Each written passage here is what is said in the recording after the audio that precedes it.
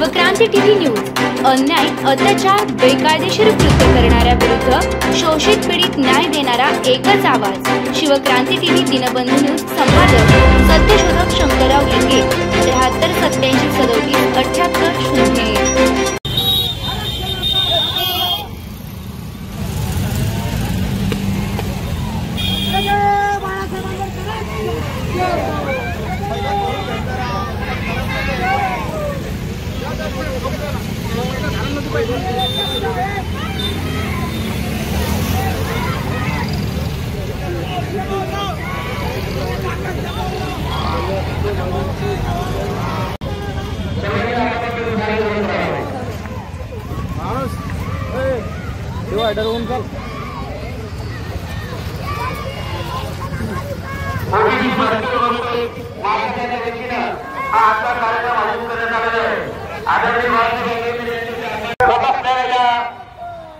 OBC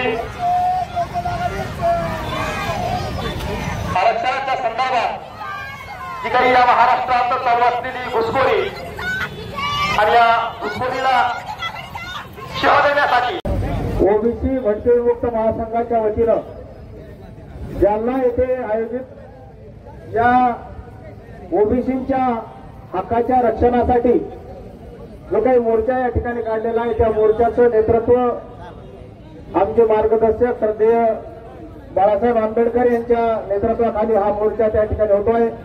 या मोर्चाला उपस्थित असलेले नवनाथजी वाघमारे आणि मंचावर उपस्थित सर्व मान्यवर मित्रहो, या ठिकाणी जसं आपण पाहतो घरात जर 2 लेकरं त्या ठिकाणी असतात आणि 2 लेकरांपैकी आई वडील जो दुबळा असतो त्या दुबळ्याला कुठंतरी पुढच्या काळामध्ये मदत व्हावी, त्याचं जीवन त्या ठिकाणी सुरळीत व्हावं यासाठी त्याला त्या ठिकाणी मदत करून त्याला वेगळ्या प्रकारचे तरतूद करण्याची परिस्थिती त्या ठिकाणी जशी करतात त्याच पद्धतीनं समाजाच्या रचनेमध्ये डॉक्टर बाबासाहेब आंबेडकरांनी हजारो वर्षापासून हजारो पिढ्यापासून त्यांनी कुणाची तरी त्या ठिकाणी गुलामगिरी केली, कुणा एका समाजाच्या भल्यासाठी ज्यांच्या पिढ्या त्या ठिकाणी खपल्या अशा या लोकांना समाजाच्या मुख्य प्रवाहात आणण्यासाठी आरक्षणाची तरतूद केली।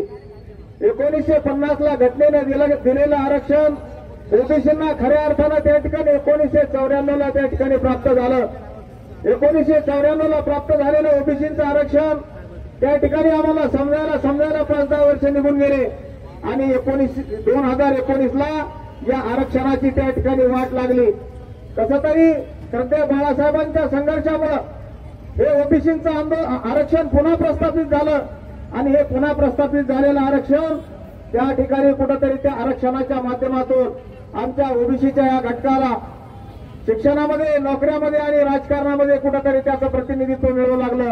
हेच काही लोकांना त्या ठिकाणी खुपलं आणि खटकलं।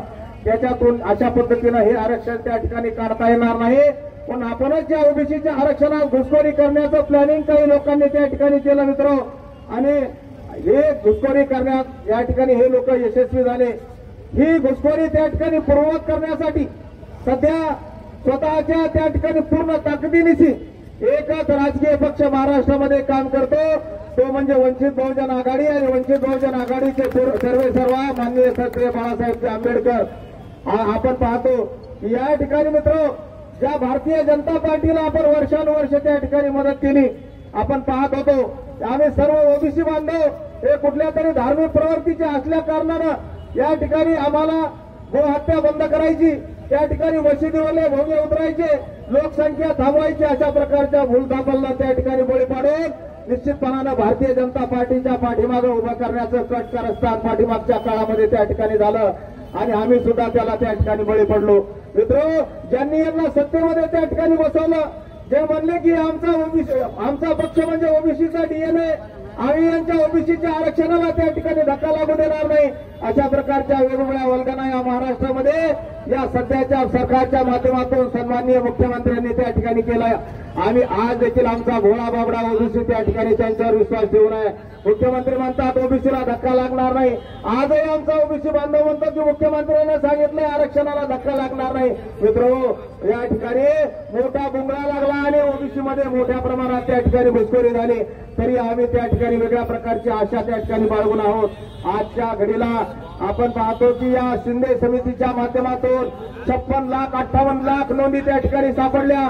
मराठवाड्यात 47,000 नोंदी सापडल्या आणि त्या 47,000 नोंदीच्या माध्यमातून मराठवाड्यात 4 लक्ष प्रमाणपत्राचं वितरण या कुणबींच्या नोंदीच्या माध्यमातून त्या ठिकाणी झालेलं आहे. 32-35 तालुक्यात जर 4-4 लाख प्रमाणपत्र त्या ठिकाणी वितरित होत असतील तर तुमच्या उद्याच्या ओबीसीच्या आरक्षणाला भवितव्य त्या ठिकाणी शिल्लक राहिलेलं नाही. आणि म्हणून निश्चितपणानं ओबीसीला या गोष्टीची जाणीव करून देण्याच्या सूचना आणि आदेश आम्हाला बाळासाहेबांनी त्या ठिकाणी दिले. ओबीसींना जाऊन सांगा की बाबा रे, तुला मिळालेल्या आरक्षणामध्ये तुला जो काही फायदा झाला, तुला ज्या काही पिढ्या तुझ्या कुठेतरी सन्मानानं जगत आहे, तुझ्या मुलांना कुठेतरी त्या ठिकाणी शिक्षणात फायदा होतोय, नोकऱ्यामध्ये फायदा होतोय, राजकारणात फायदा होतोय. उद्याचा काळ तुझा जसा 1994च्या पूर्वी तू कुणाची तरी गुलामगिरी करत होता, हीच वेळ पुन्हा तुला त्या ठिकाणी आल्याशिवाय राहणार नाही. आणि म्हणून आज मित्र, आमच्या परतूर आणि मंठा या 2 तालुक्यामध्ये कालची जी काही पोलीस पाटलाची भरती झाली, त्या पोलीस पाटलाच्या भरतीमध्ये ओबीसी मधून 5 पोलीस पाटील त्या ठिकाणी प्रस्थापित झाले. अशा प्रकारची मी मित्रही सुरुवात आहे. आपण जर त्या ठिकाणी रस्त्यावर उतरलो नाहीत, आपण जर आमच्यावर अन्याय होतो एवढं जरी त्या ठिकाणी म्हणले नाहीत, बाळासाहेब किती जरी रस्त्यावर उतरले, किती जरी त्या ठिकाणी त्यांनी आंदोलनं केले, परंतु ज्याच्यासाठी करायचंय त्याला जर याची जाणीव होत नसेल तर मित्र याचा कोण या ठिकाणी उपयोग होणार नाही. आणि ओबीसींनी याच्या माध्यमातून आपल्या हक्क आणि अधिकारांच्या बाबतीमध्ये बाळासाहेबांनी दिलेला जो काही हा लढा आहे, बाळासाहेबांनी दिलेला हा जो काही विचार आहे, तो पुढे नेण्याची त्या ठिकाणी आपल्याला आवश्यकता आहे. मित्रो, अशा प्रकारची परिस्थिती त्या ठिकाणी निर्माण झाली. आम्ही शिक्के मारले भारतीय जनता पार्टीला, परंतु भारतीय जनता पार्टीला ओबीसीच्या आरक्षणाचं संरक्षण करण्याऐवजी ओबीसीच्या आरक्षणाची वाट लावण्याचं काम त्या ठिकाणी केलेलं आहे. एकही पक्ष बोलत नाही. भारतीय जनता पार्टी रक्षण करण्याचा प्रयत्न करत नाही. शिवसेना त्या ठिकाणी या विषयावर बोलत नाही. राष्ट्रवादी कुठल्याही पद्धतीने हा विषय त्या ठिकाणी काढायला तयार नाही आणि काँग्रेसला तर या विषयाची काही देणं घेणंच नाही. आणि म्हणून एकमेव आशेचा किरण ओबीसीसाठी फक्त महाराष्ट्रात दिसतो आहे, तो म्हणजे संत बाळासाहेब आंबेडकर. त्यांच्या सूचनेप्रमाणे ओबीसी भटकंत महासंघाच्या माध्यमातून महाराष्ट्रामध्ये हे वातावरण निर्माण करण्याचा प्रयत्न त्या ठिकाणी मोठ्या प्रमाणामध्ये होतो आहे. मित्र, हे जे काही त्या ठिकाणी ही घुसखोरी सुरू झाली, आमच्या परतूरमध्ये एक मोठा स्कॅम जालन्यामध्ये त्या ठिकाणी घातलेला आहे. या ठिकाणी या जालन्यामध्ये जुन्या प्रकारचे रजिस्टर पाटोदा माव नावाचं एक गाव आहे आणि या पाटोदा माव नावाच्या गावामधल्या काही कार्यकर्त्यांनी या ठिकाणी परभणी जिल्हा असताना 1967च्या पूर्वीच्या नोंदी आता बोगस पद्धतीनं त्या ठिकाणी केल्या. 25 गावं मंठा, परतूर आणि घनसावंगी तालुक्यातले त्या काळातले नावं त्यांनी त्या ठिकाणी दिलेले. अरे, अशा पद्धतीचा ह्या सगळ्या गाव ओबीसी करण्याचा घाट त्यांच्या माध्यमातून त्या ठिकाणी चाललेला आहे. आपण त्या पद्धतीची कार्यकर्त्यांनी रीतसर तक्रार कलेक्टरला त्या ठिकाणी दिलेली आहे. ओबीसी कार्यकर्त्यांना माझी विनंती आहे की आपण याचा जाब जर प्रशासनाला नाही विचारला तर निश्चितपणानं हा जिल्हा त्या ठिकाणी ओबीसीमय झाल्याशिवाय राहणार नाही. आणि म्हणून ओबीसीच्या या लढ्याला आमचे मार्गदर्शक संत बाळासाहेब आंबेडकरांच्या माध्यमातून जे काही त्या ठिकाणी हा रस्त्यावर आणण्याचा हा विषय आणण्याचा प्रयत्न आहे, त्याला आपण सर्वांनी त्या ठिकाणी साथ द्यावी. मी ओबीसीचा घटक या नात्याने बाळासाहेबांचे त्या ठिकाणी लाख त्या ठिकाणी आभार मानतो, लाख धन्यवाद देतो. कारण ज्यांच्या मागे आम्ही वर्षानुवर्ष राहिलो त्यांना आमच्या हक्क आणि अधिकाराची अजिबात काळजी त्या ठिकाणी राहिलेली नाही. आणि म्हणून पुढच्या काळामध्ये बाळासाहेब हा ओबीसी घटक तुमच्या पाठीमागे 100% त्या ठिकाणी उभा राहिल्याशिवाय राहणार नाही, कारण आम्हाला त्यांच्याशिवाय तरुणोपाय राहिलेला नाही. आणि म्हणून निश्चितपणानं तुम्ही सांगताल ते धोरण आणि तुम्ही बांधताल ते तोरण एवढंच या पुढच्या काळात ओबीसीचा त्या ठिकाणी एकमेव अजेंडा राहील, हेच या निमित्तानं त्या ठिकाणी तुम्हाला सांगतो. आणि तुम्ही या ठिकाणी आमच्या विनंतीला मान देऊन या मोर्चाला त्या ठिकाणी उपस्थित राहिलात त्याबद्दल तुमचे शतशः धन्यवाद, शतशः आभार मानतो आणि या ठिकाणी थांबतो. धन्यवाद. जय हिंद, जय महाराष्ट्र, जय भीम, जय संविधान, जय ओबीसी. त्या ठिकाणी साहेब तत्परतेने आणि धावून जाण्याचं काम करत असतात. परभणीच्या सोमनाथ सूर्यवंशीचं प्रकरण असेल, काल साहेबांनी डॉक्टर संपादा मुंडेचं प्रकरण असेल, आज इथं तुमच्या संतो प्रशांत आडे नावाचा जो काही या जिल्ह्यातला आहे त्याही ठिकाणी त्यांचं शिष्टमंडळ या ठिकाणी भेटायला आलं होतं. यानंतर मी या जिल्ह्याचे जिल्हाध्यक्ष सन्माननीय डेव्हिड दादा गुमारे यांना अशी विनंती करतो की त्यांनी या ठिकाणी या सभेला संबोधित करायचं आहे. या व्यासपीठावर ज्यांनी आज मोर्चातून आपल्या त्या ठिकाणी चव्हाणपासून इथपर्यंत चालत आले असे आमचे आदरणीय नेते बाळासाहेब आंबेडकर हे रस्त्यावर खऱ्या अर्थाने उतरले ते ओबीसीच्या हक्कासाठी. कारण ओबीसीचं आरक्षण त्या ठिकाणी हिसकावून घेण्याचा प्रयत्न त्या ठिकाणी झाला. हा मोर्चा या ठिकाणी काढण्यात आलेला आहे. या मोर्चाची पहिली मागणी अशी आहे की 2 सप्टेंबरला जो जीआर त्या ठिकाणी काढण्यात आला तो जीआर त्या ठिकाणी रद्द करण्यात यावा. या मागणीसाठी आज बाळासाहेब रस्त्यावर चाललेले आहेत. ही ओबीसीची मागणी आहे की तुम्ही त्या ठिकाणी कुणब्यांना खऱ्या अर्थाने त्या ठिकाणी आरक्षण द्या, परंतु त्या ठिकाणी कुणब्यांमध्ये एका ठिकाणी कोणाला घुसवू नका. यासाठी आज आपण या रस्त्यावर उतरलेलो आहोत आणि ओबीसीच्या सन्मानासाठी खऱ्या अर्थानं या देशामध्ये जर कोणी लढत असेल तर तो आपला नेता बाळासाहेब आंबेडकर आणि म्हणून तुमच्या आमच्या सर्वांसाठी एकच विनंती करतो की त्यांच्या प्रत्येक वेळी त्यांनी दिलेल्या हाकेला आपण मोह द्या आणि त्यांच्या पाठीची खंबीरपणे त्या ठिकाणी उभा राहा. एवढंच बोलतो आणि थांबतो. जय हिंद, जय महाराज, जय भीम. खराब ही नावाची मुलगी यांनी साहेबांची परवानगी घेऊन इराई या सभेत राहावं नाही, तिला बोलायचंय. जिज्ञासा आबासाहेब खराब ही या ठिकाणी आपलं मनोगत व्यक्त करते. इथे जमलेल्या सर्व माझ्या माय बाप व बंधुगी यांना क्रांतिकारी जय भीम. माझं नाव आहे जिज्ञासा अंबादास खरात. माझ्यासारख्या चिमुकल्याकडे जरा बघा. आमचं भविष्य तुमच्या हातात आहे. ते घडवण्यासाठी मी तुम्हाला एकच मागणी करते. तुम्हाला प्रश्न पडला असेल ही मुलगी काय मागते, पैसा का धन संपत्ती, पण मला ह्यापैकी काहीच नकोय.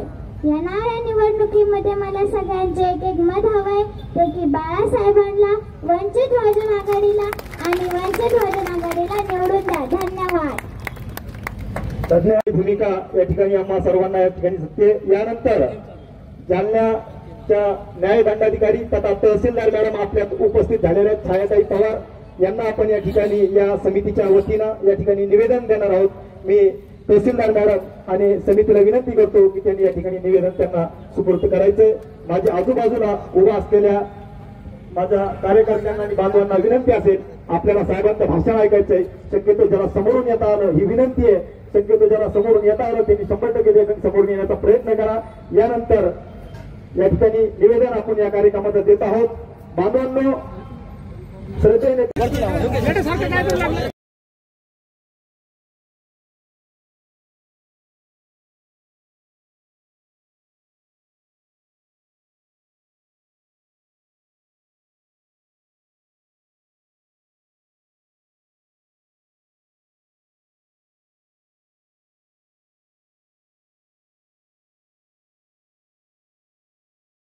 दिवसापूर्वी आदरणीय रामप्रसाद थोरात सरांची या जिल्ह्याच्या पूर्वेच्या जिल्हाध्यक्ष म्हणून या ठिकाणी साहेबांनी नियुक्ती केली.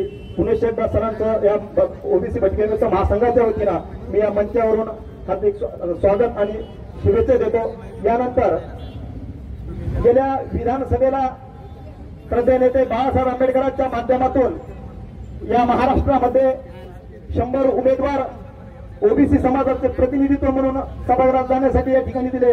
बरेच कमी अधिक प्रमाणात आपण त्या ठिकाणी सत्तेच्या याच्यापर्यंत जाऊ शकलो नाही, पण कोणाच्या सत्तेचं समीकरण बदलण्याची ताकद या ठिकाणी आपण या ठिकाणी घडून आणली. अशातलंच एक आगळेवेगळे व्यक्तिमत्व बळीराम तात्या खटके यांनी घनसावंगी विधानसभा मतदारसंघाच्या माध्यमातून त्या ठिकाणी तिथल्या सत्तेला शह देण्याचं काम त्या ठिकाणी केलं.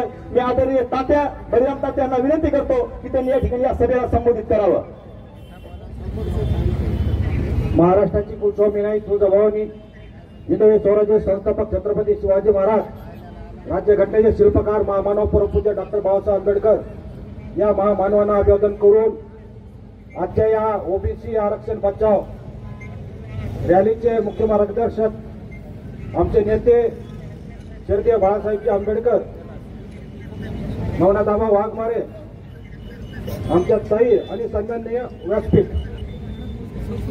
खरं तर 2 सप्टेंबरचा जो काही भाजपने जीआर काढून या महाराष्ट्रामध्ये ओबीसीवर अन्याय केला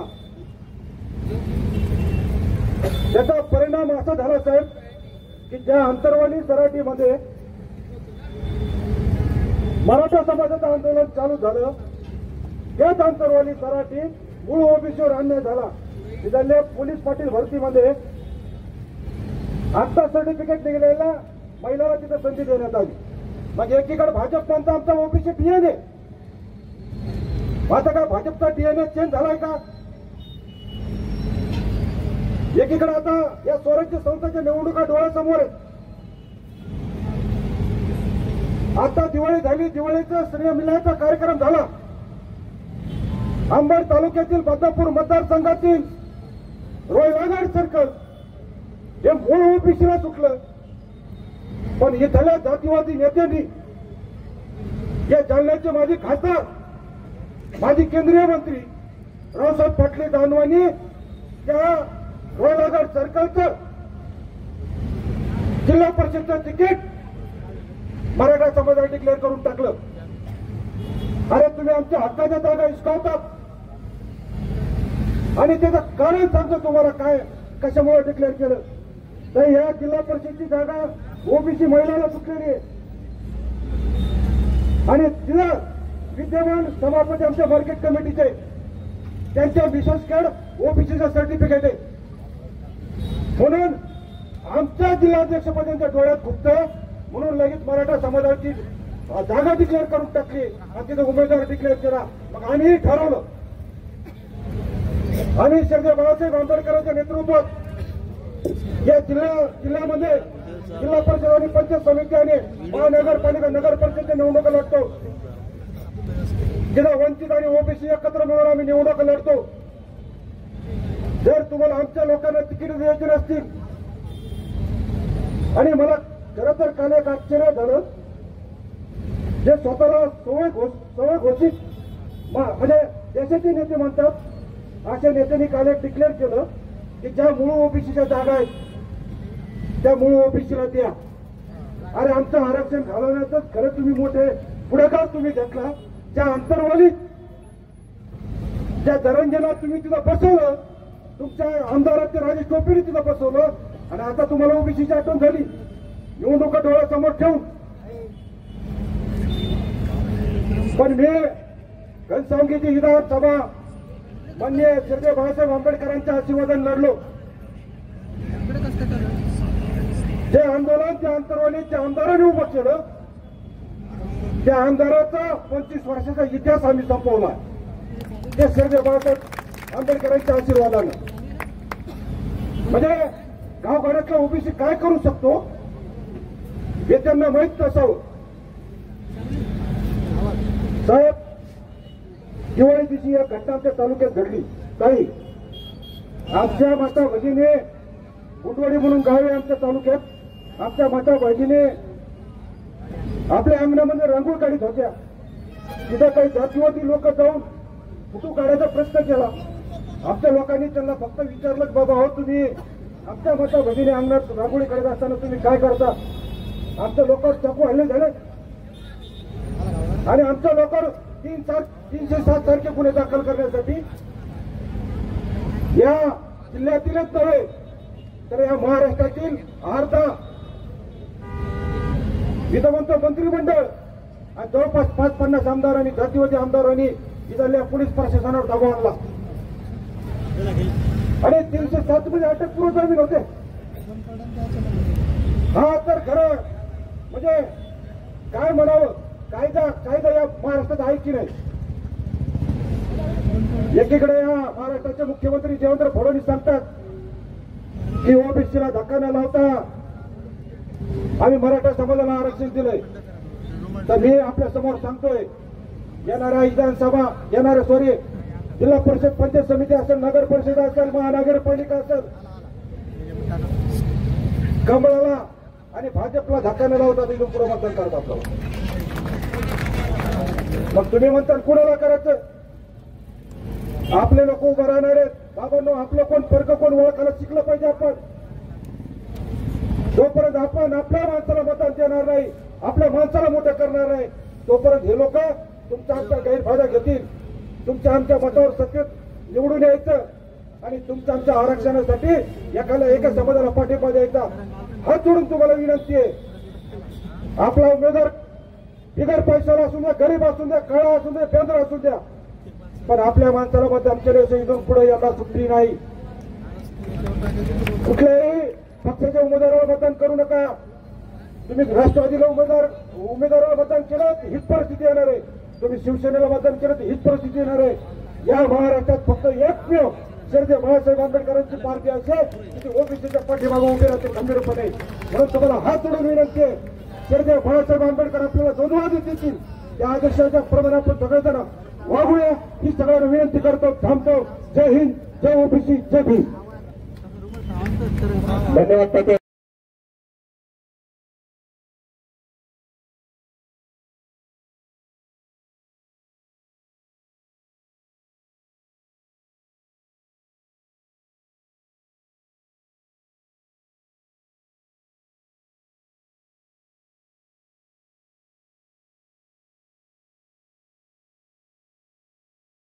पासून जे काही आंदोलनाचं हे चालू ओबीसीच्या आरक्षणात धूळ घालवण्याचं काम चालू होतं आणि अशा असलेल्या परिस्थितीत ओबीसीचा मोहरक्या म्हणून जे युवा महाराष्ट्र पिंजून काढण्याचं काम केलं असे सन्माननीय नवनाथाबा वाघमारे यांना मी विनंती करतो की त्यांनी या मोर्चाला संबोधित करावं. नवनाथाबा वाघमारे.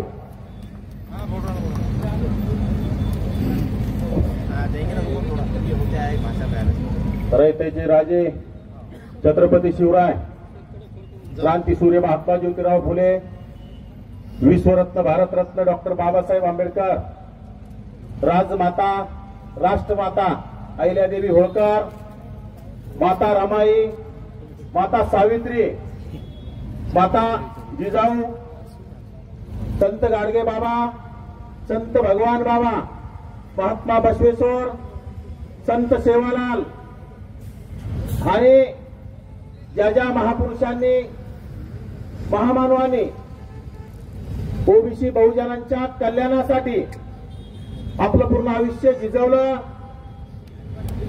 त्या सर्वच महापुरुषांसहित लोकनेते स्वर्गीय गोपीनाथरावजी मुंडे साहेबांना मी त्रिवार अभिवादन करतो. आज ओबीसी भटके महासंघाच्या वतीनं ओबीसी आरक्षण बचाव मोर्चा आणि या सभेला मंचावर ओबीसी बहुजनांचे आधारस्तंभ, ओबीसी आरक्षणाचे पाठीराखे, ज्यांनी ओबीसींना आरक्षण दिलं त्या महामानवांचे नातू श्रद्धेय आदरणीय बाळासाहेब आंबेडकर, मंचावर अखिल भारतीय माळी महासंघाचे राष्ट्रीय अध्यक्ष शंकररावजी लिंगे, आमच्या भगिनी सविताताई मुंडे, आमचे बळीराम तात्या खटके, प्रतीकजी बांगर असतील, या सभेचे आयोजक संयोजक प्राध्यापक रामप्रसादजी थोरात असतील, डेव्हिडजी गुमारे असतील, आमचे वांदुळे सरपंच असतील, आमचे बाबासाहेब सोनवणे असतील, बाळासाहेब बोरकर असतील, किशोर चौधरी असतील आणि सर्वच मंचावरील ज्येष्ठ श्रेष्ठ समोर बसलेले बंधू माता आणि भगिनींनो, बांधवांनो, गेल्या 2 वर्षापासून या राज्यामध्ये महायुती सरकारनं ओबीसींचं आरक्षण संपुष्टात आणण्यासाठी जे षडयंत्र आणि घाट घातला, ओबीसींना फसवण्याचं काम केलं, तत्कालीन मुख्यमंत्री एकनाथ शिंदे, इतिहासातील अतिशय जातीवादी असणारा मुख्यमंत्री, ज्यांच्या आशीर्वादानं या राज्यामध्ये 58 ते 59 लाख बोगस कुणबी नोंदीमार्फत कुणबी प्रमाणपत्राचं वाटप करण्यात आलं. आणि ज्या मुख्यमंत्र्यानं आज ज्यांनी वेळोवेळी ओबीसींना सांगितलं ओबीसी आमचा डीएनए आहे, ओबीसींची मी बाजू घेतोय म्हणून मला टार्गेट केलं जात आहे, त्या देवेंद्र फडणवीस साहेबांना ओबीसींचं राहिले पूर्ण अस्तित्व संपवण्याचा घाट घातलाय. 2 सप्टेंबरचा काळा जी आर काढून ग्राम समितीला अधिकार देऊन ग्राम समितीच्या मार्फत आत्ताच मला परतूर तालुक्यातून रामप्रसाद थोरात सरांनी यादी दिली, त्यांच्या माव पाठव देतील. जन्म मृत्यू नोंदीमधून अतिशय बोगस खाडाखोड आणि ग्रामसेवकावर दबाव टाकून त्या नोंदी तयार करण्याचं काम गावगाड्यात होत असताना आपण त्याचा आवाज उठवण्यासाठी या राज्यात फक्त बोलतोय कोण? आदरणीय श्रद्धेय बाळासाहेब आंबेडकर. या राज्यामध्ये अनेक ओबीसीचे नेते आहेत, ओबीसीचे कैवारी म्हणून घेणारे मराठा समाजातील प्रस्थापित नेते आहेत, परंतु आज एकही नेता ओबीसीची बाजू घ्यायला तयार नाही. आजपर्यंत ओबीसींना भाजपने आमच्या ओबीसी आमचा डीएनए म्हटलं, ओबीसीनं उड्या मारू त्यांना मतदान करण्याचं काम केलं आणि त्याच भाजप आणि महायुती सरकारनं ओबीसीचं राजकीय हत्या करण्याचं काम केलं. ओबीसींचा ग्रामपंचायत सदस्य सुद्धा होणार नाही अशी एवढी त्यांनी तयारी करून ठेवली. प्रत्येक ठिकाणी बोगस नोंदी मार्फत प्रमाणपत्र काढण्याचं काम त्या प्रस्थापित समाजातील ज्यांना निवडणुका लढवायच्या यांनी लाख 2 लाख देऊन तात्काळ काढण्याचं काम केलं. सकाळी कुणबी प्रमाणपत्रासाठी अर्ज केला की संध्याकाळच्या कुणबी प्रमाणपत्र मिळतंय. आणि ओबीसीसाठी जर ओरिजिनल ओबीसीला ओबीसीचं प्रमाणपत्र घ्यायचं असेल तर 6-6 महिने लागतात. का? प्रशासनातील यांची मंडळी आहे, आमदार यांचे, खासदार यांचे. गेल्या भारत स्वातंत्र्य झाल्यापासून गेल्या अनेक वर्षापासून 28-29 मुख्यमंत्र्यांपैकी यांचे 22-23 मुख्यमंत्री यांचेच झाले. साखर कारखाने यांचे, दूध डेअरी यांच्या, सहकारी बँका यांच्या ताब्यात सर्वात मोठे घोटाळे करणारे हेच. आता अजितदादा पवारांच्या पोराने 1800 कोटीचा पुण्यामध्ये महारत्नाची जागा लाटण्याचं काम, तो महाघोटाळा करण्याचं काम केलं आणि राज्याचं मंत्रिमंडळ पूर्ण त्या अजित पवारांच्या पोरांना वाचवण्यासाठी सरसावलंय. त्या पोरांचा काही दोष नाही म्हणतोय, त्या पोरांना लहान आहे म्हणतोय, पण त्या लहान पोरांना 1800 कोटीची जमीन बळकावला लाज वाटत नाही का? अजित पवारांनी 70,000 कोटीचा घोटाळा केला, तो सुद्धा दाबण्याचं काम आणि त्या अजित पवारांना महायुतीमध्ये घेऊन उपमुख्यमंत्री करण्याचं काम या मुख्यमंत्र्यांनी केलं. हे राज्य काय करायला लागलंय? ओबीसींच्या महाज्योतीला निधी नाही, बार्टीला निधी नाही आणि सारथी संस्थेला भरघोस साधा निधी. ओबीसीच्या अनेक महामंडळ ओबीसी बांधवांसाठी, त्या महामंडळाला तुटपुंजा निधी आणि अण्णासाहेब पाटील विकास महामंडळाला 5,000 कोटी रुपयांचा निधी त्या अर्थमंत्री अजित पवारांनी, उपमुख्यमंत्री अजित पवारांनी देण्याचं काम केलं. म्हणजे ज्या चोराच्या हातात चावी, तिजोरीची चावी, तो त्याच्या चेहऱ्यांना पाहून वाटप करण्याचं जर काम करत असेल तर आपल्याला सुद्धा सावध व्हावं लागेल. आपलं बाजू कोण मानतंय, आपलं कोण भरतो कोण ही ओळखण्याची वेळ आहे.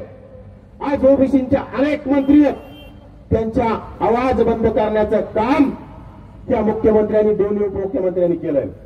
एखादा मंत्री जर बोलला की त्याची चौकशी लावण्याची धमकी देण्याचं काम करतायत, परंतु आपल्या सर्वांना कळकळीची विनंती आहे, आपले ओबीसीचे मंत्री बोलत नसतील परंतु आपण गावगाड्यात सामान्य जनतेने तुमच्या माझ्या काही चौकशा होणार नाही, तुमच्या मागे काही सीडी लागणार नाही, ईडी लागणार नाही, तुमच्या मागे काही सीबीआय लागणार नाही, माझ्या मागे काही लागणार नाही.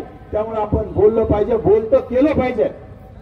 खरं तर गावगाड्यामध्ये आपण फिरत असताना आता गावागावात चौकात कॉर्नर मिटिंगा घेऊन ओबीसीचं मत ओबीसीला झालंय असं आपण प्रत्येकातून मान्य करून घेणं गरजेचं आहे. ओबीसी उमेदवार नसेल तर एससीला मतदान करा, एससी नसेल तर एसटीला करा, एसटी नसेल तर मुस्लिम बांधवांना करा.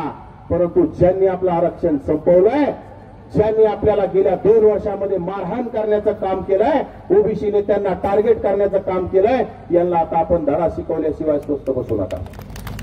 नाहीतर इथून आम्ही गेलो की चाललं ते तुमच्या आसरानीसारखं, आधे इधर जाओ आधे उधर जाओ आणि बाकी जाओ प्रस्थापित के पीछे.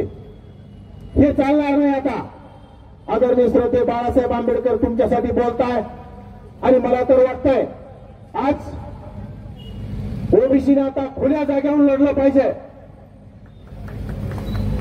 ओबीसी मध्ये जर घुसखोरी होत असेल, बोगस कुणबी प्रमाणपत्र काढून जर कोणी ओबीसीची जागा हिसकावून घेत असेल, तर आपण खुल्या जागेवर लढण्याची, खुल्या जागेवर दंड थोपटण्याची तयारी आपल्याला सुद्धा दाखवावी लागेल. आणि तिथून तुम्ही नक्कीच निवडून येताय. तुम्हाला पैसा लागत नाही.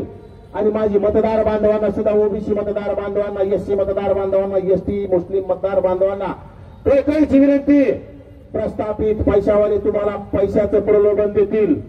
अरे पैसे त्यांचे घ्या. त्यांनी काय कापूस सोयाबीन विकून पैसे आणलेले नाहीत.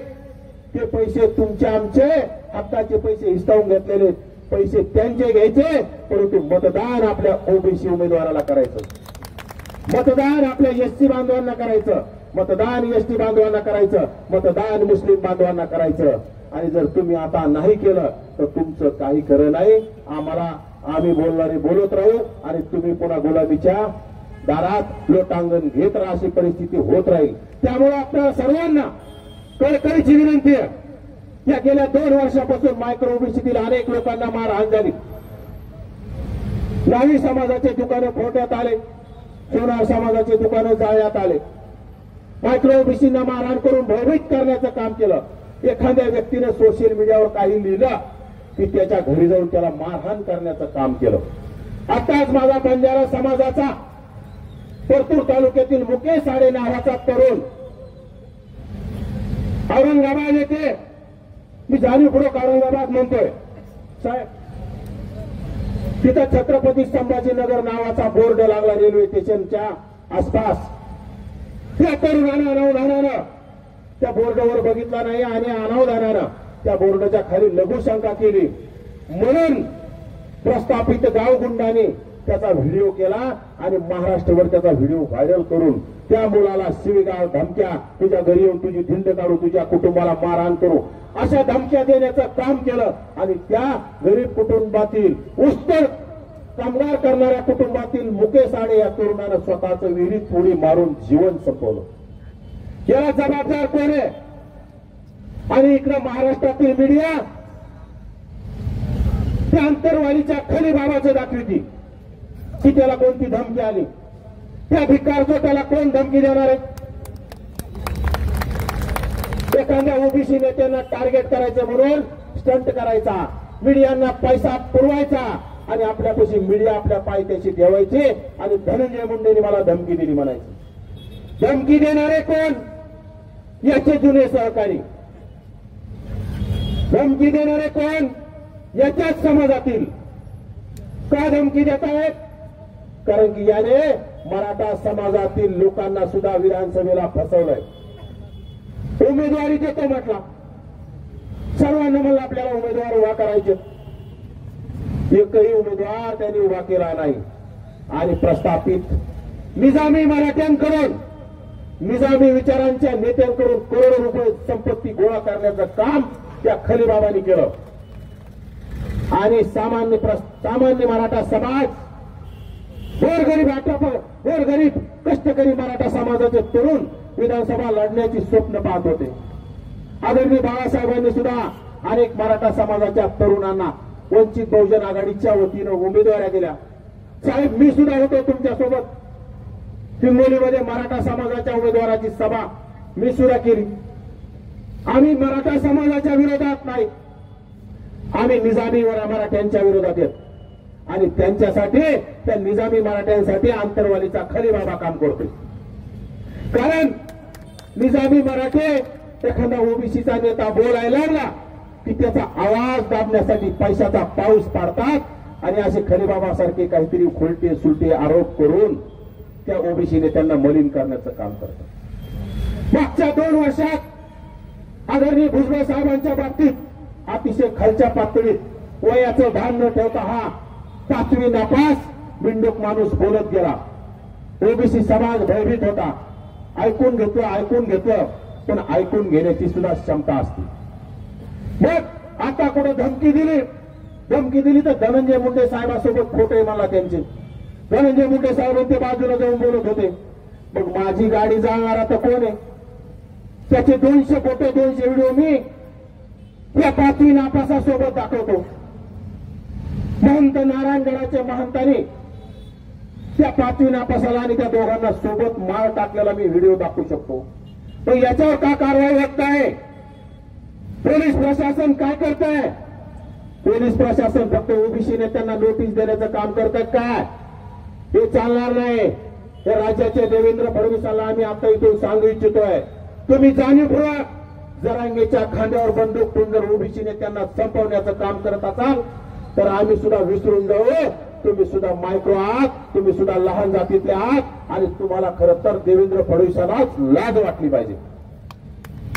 ज्या देवेंद्र फडणवीसांची आई काढली, बायको काढली, मुलगी काढली, आई माईवर ज्या माणसाने शिव्या दिल्या त्या माणसाच्या जे मागितलं ते त्या देवेंद्र फडणवीसांनी त्यांना देण्याचं काम जर करत असतील आणि तुम्ही जाती जातीत भांडण लावून तुमचं सरकार टिकवण्यासाठी, तुमच्या खुर्चीची पोळी भाजण्यासाठी जर ओबीसीचं अस्तित्व संपवत असाल तर हे ओबीसी कदापि खपवून घेणार नाही.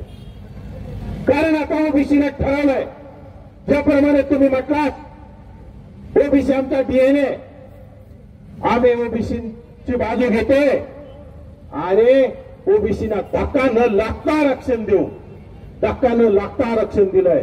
परंतु त्या फडणवीस साहेबांना मला सांगणं, तुम्ही मराठवाड्यात येऊन पहा, एका गावात 50-50, 100-100, 200 कुणबी प्रमाणपत्राचं वाटप झालंय आणि तुम्ही म्हणताय ओबीसीला धक्का लागत नाही.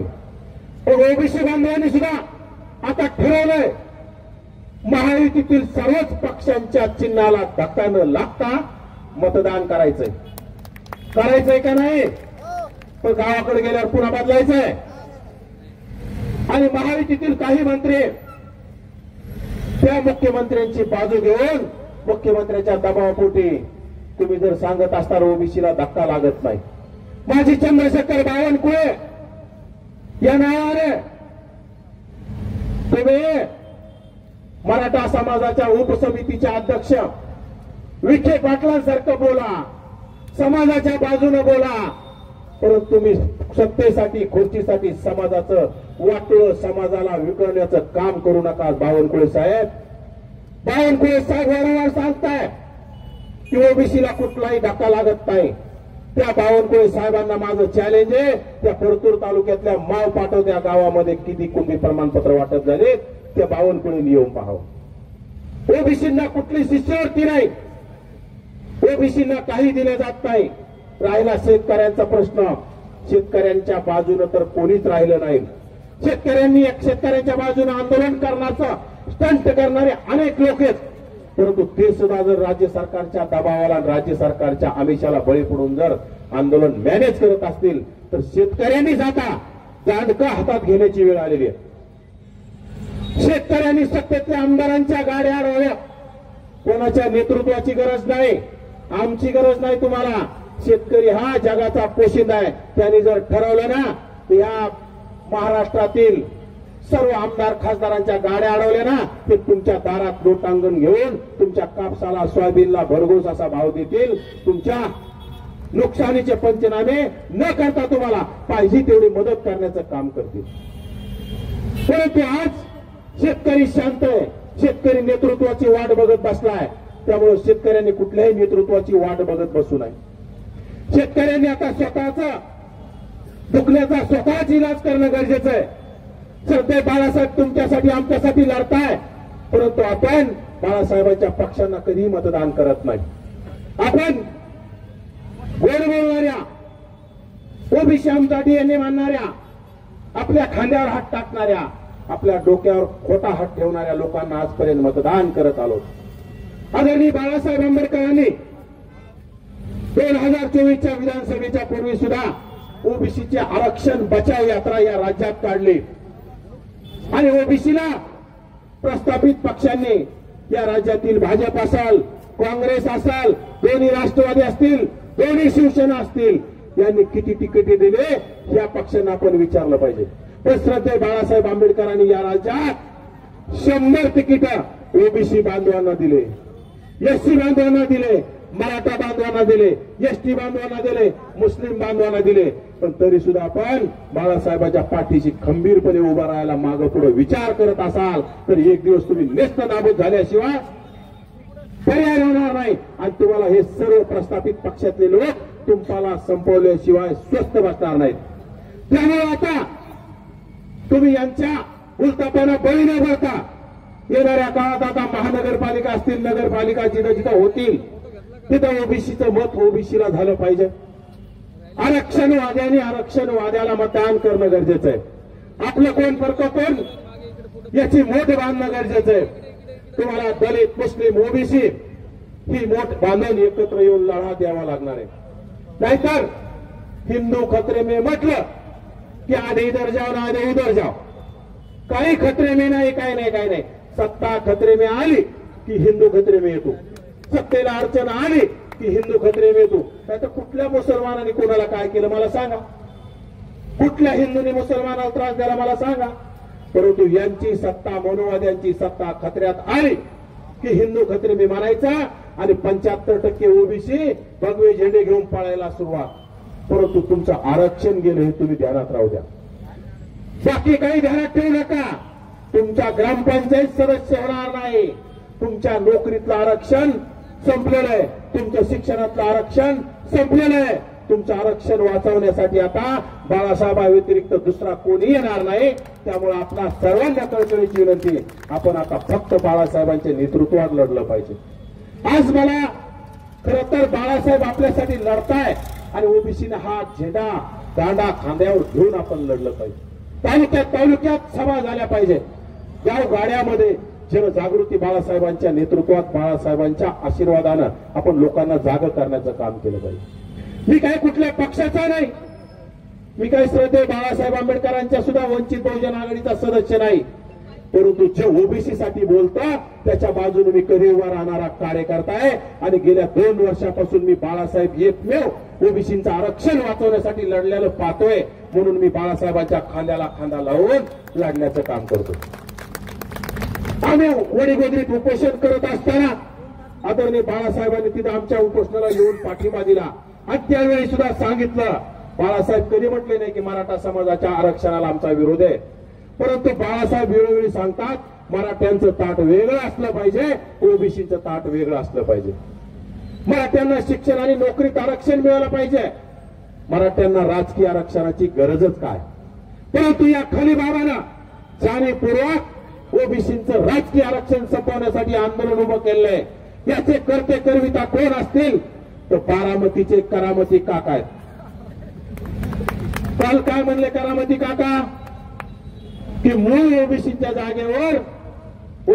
जागेवर मूळ ओबीसीने उभा करायचंय. परंतु काका बोलतात तसं करत नाहीत बरं का. काकांचं उलट असतं. जे बोलले ते कधीच होत नाही. कारण की आता काय होईल, ओबीसींना तिकीट द्यायचे परंतु त्यांचा बंडखोर उभा करायचा आणि ओबीसींना पाडायचं, बंडखोर निवडून आणायचा आणि पुन्हा ओबीसीला सांगायचं डोक्यावर हात ठेवून तुम्हाला आम्ही तिकीट दिलं होतं परंतु तुम्ही निवडून नाही आले, आम्ही त्याला काय करावं. आणि फक्त द्यायचे म्हणायचे असं सुद्धा होऊ शकतं. द्यायचे म्हणायचे आणि अनेक बोगस कुणबी लोकांना तिकीट द्यायची. ज्या माणसानं अंतर्यामी तलाठीचं आंदोलन संपलेलं उभा केलं ते माणूस आता कसं काय बरं तुमच्या बाबतीत एवढा भावनिक झाला असेल. जो अंतरवालीचा खलीबाबा संध्याकाळी पळून गेला होता उपोषण सोडून, त्या खलीबाबाला बारामतीच्या करामती काकाच्या नातवानं आणि घनसावंगीचा माजी आमदार राजेश टोपे यांनी उपोषण स्थळी आणून बसवण्याचं काम केलं. त्या लोकांना आता ओबीसीचा कसं काय कळवळा यायला लागला ते ओबीसीनं सुद्धा डोक्यात घेतलं पाहिजे. आणि आपलं कोण परको कोण, निवडणुका जवळ आल्याच्या नंतर चोंबाळण्याचं काम कोण करतं, निवडणुका संपल्यावर लाथा घालण्याचं काम कोण करतं हे आपण ओळखलं पाहिजे. अंतरवाली तलाठीमधून आजपर्यंत ओबीसीच्या बाजूने शरद पवार अंतरवाली तलाठीच्या खलीबाबाच्या विरोधात बोलले नाही, ओबीसीच्या बाजूने बोलले नाही. परंतु मागच्या महिन्यात साहेब ते म्हटले की राज्यात जातीतेची वीण उसवली, आता ती मलाच शिवायला लागते काय काही. पण साहेब 2 वर्ष कुठे होते आम्हाला दिसलेच नाही. जातीत नावी समाज मार खात होता, सुतार समाज मार खात होता, माळी समाज, धनगर समाज, बंजारा समाज मार खात होता. त्यावेळेस आमचे आदरणीय पवार साहेब कुठे जाऊन बसले ते आम्हाला कळालंच नाही. त्या पवार साहेबांना मला जाब विचारायचा आहे, पवार साहेब ओबीसींना भुलवण्याचा प्रयत्न तुम्ही करू नका, ओबीसींना फसवण्याचा तुम्ही प्रयत्न करू नका. ओबीसीने आता ठरवलंय ओबीसीलाच मतदान करणार, ओबीसी आरक्षणवाद्यालाच मतदान करणार. आणि ओबीसीने आता ठरवलंय, ज्यांनी रस्त्यावरली लढाई ओबीसी साठी लढली त्यांच्या बाजूने ओबीसी आता लढणार. ओबीसीचे उमेदवार निवडून देणार. तुम्ही किती पैसे वाटा, काही करा, परंतु आता येणाऱ्या काळात ओबीसीचं मतदान ओबीसींना आहे. त्यासाठी आम्ही जे सांगतोय ते तुम्ही गावगाड्यात सांगितलं पाहिजे. सांगतान का नाही? हात वर करून सांगा, सांगतान का नाही? आता सर्वांना मला तर वाटतं शपथ दिली पाहिजे. आम्ही तर शपथ घेतलेलीच आहे. गावगाड्यात तुमच्या कुचर वाट्यावर तुम्ही बसल्याच्या नंतर 10 लोक असतात, 20 लोक असतात, 100 लोक असतात, त्यांच्या तुम्ही आता शपथ घेतल्या पाहिजे. तुम्ही कुणाचे लालचीचे पैसे घ्या, काही करा, पण मतदान ओबीसीला करायचं, एससी नसेल तर एससीला करायचं, एसटीला करायचं, मुस्लिमाला करायचं. परंतु ज्यांनी आपलं आरक्षण संपवलंय यांना आपण मतदान करायचं नाही. हे आपण आता खरं तर तुम्ही ती शपथ घेताना त्याचे व्हिडिओ बनवले पाहिजे आणि ओबीसीच्या ग्रुपवर व्हायरल करण्याचं काम गावगाड्यातल्या लोकांनी केलं पाहिजे. त्यातून ओबीसीची जागृती होईल. ओबीसी समाज या राज्यामध्ये 54% आणि 200 जागांपैकी जर ओबीसी 54% समाजाला फक्त 10 जागा मिळतात आणि या राज्यामध्ये 10-12% असणाऱ्या मराठा समाजाला 190 जागा जर मिळत असतील तर तुम्ही ठरवा आता तुम्हाला काय करायचंय. तुम्ही आता एवढ्याच निवडणुका होऊ घातल्यात. आता जर तुम्ही विसरले तर 5 वर्ष तुमचा प्रश्न मांडणारा, सभागृहात बोलणारा तुमचा प्रतिनिधी नसणार आहे. त्यामुळे तुम्हालाच आता लढावं लागणार आहे. ओबीसीने त्यांच्या अडचणी समजून घ्या. ओबीसीने त्यांना बोलता येत नाही, परंतु आता गावगाड्यातील 18 बगड जातीतील 12 बलुतेदार, 18 आलुतेदार कार्यक्रम ओबीसीने आता समोर आलं पाहिजे. ओबीसीचा आवाज पडला पाहिजे आणि श्रद्धेय आदरणीय बाळासाहेब आंबेडकर आपल्यासाठी रस्त्यावर उतरलेत. हा लढा मोठा केला पाहिजे आणि ओबीसीला जे पक्ष तिकीट देतील फक्त वंचित बहुजन आघाडी देऊ शकते. त्यांच्या पाठीशी आपण लढलं पाहिजे, त्यांच्या पाठीशी आपण राहिलं पाहिजे. ओबीसीचे सभागृहात प्रतिनिधी पाठवण्याचं काम केलं पाहिजे. एवढंच आपल्याला कळकळीची विनंती करतो आणि माझं भाषण थांबवतो. जय हिंद, जय महाराष्ट्र. आणि पुन्हा दुसरी एक विनंती आपणास, हे संपल्याच्या नंतर माझ्या स्वतःच्या आदरणीय बाळासाहेब आंबेडकरांच्या आशीर्वादानं लोकांचे प्रश्न सोडवण्यासाठी इथं जनसंपर्क कार्यालयाचं आणि वंचित बहुजन आघाडीच्या संपर्क कार्यालयाचे 2 संपर्क कार्यालयाचं उद्घाटन त्या शिवनेरी हॉटेलच्या पलीकडून मंठा रोडला अगदी 200 ते 300 फुटावर आहे. सर्वांनी तिथं यावं. आदरणीय साहेबांच्या हस्ते त्या संपर्क कार्यालयाचं उद्घाटन होणार आहे. आपण सर्वांनी यावं अशी कळकळीची विनंती करतो आणि थांबतो.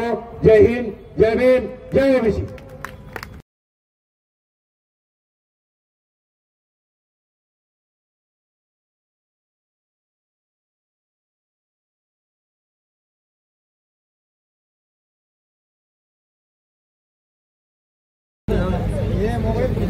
या मंचकावरती उपस्थित आजच्या या मोर्चाचं संचालन आणि अध्यक्षपद भूषवणारे प्राध्यापक थोरातजी,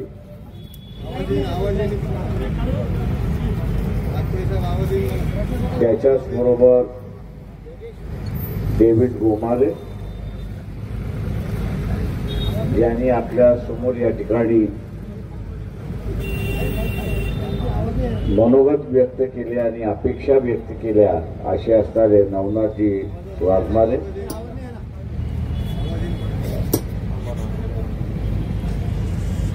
या व्यासपीठावरती उपस्थित असणाऱ्या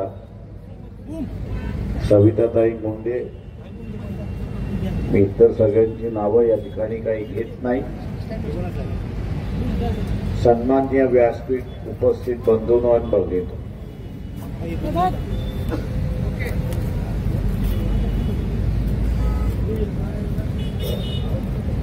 ओबीसींच्या लढ्यामधलं एक महत्वाचं पाऊल त्यांना टाकावं लागेल अशी असणारी परिस्थिती आहे.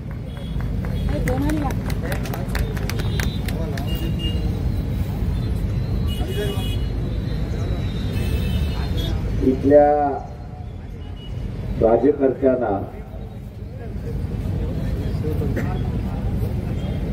एकच भाषा कळते,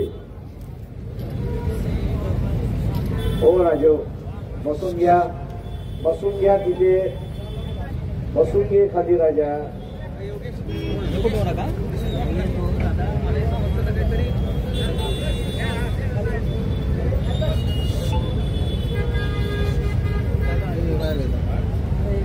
एकच भाषा कळते आणि ती म्हणजे सत्ता जायला लागली. सत्ता जायला लागली की ते लोकांची भाषा बोलतात अशी असणारी परिस्थिती.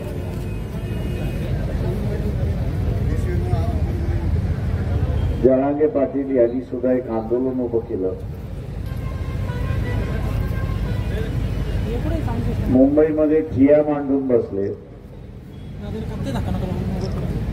आणि मुंबईमध्ये ठिय्या मांडून बसल्यानंतर 190 आमदार काँग्रेसमधले, बीजेपीतले, ओबाटामधले, एकनाथ शिंदे, राष्ट्रवादी काँग्रेस हे असताना जरांगे पाटील यांच्या दर्शनाला गेले. आपण फक्त दर्शनाला गेलो एवढंच फक्त बघतो आणि त्याच्यावरती टीका करतो. त्याच्या पलीकडे आपण असताना बघत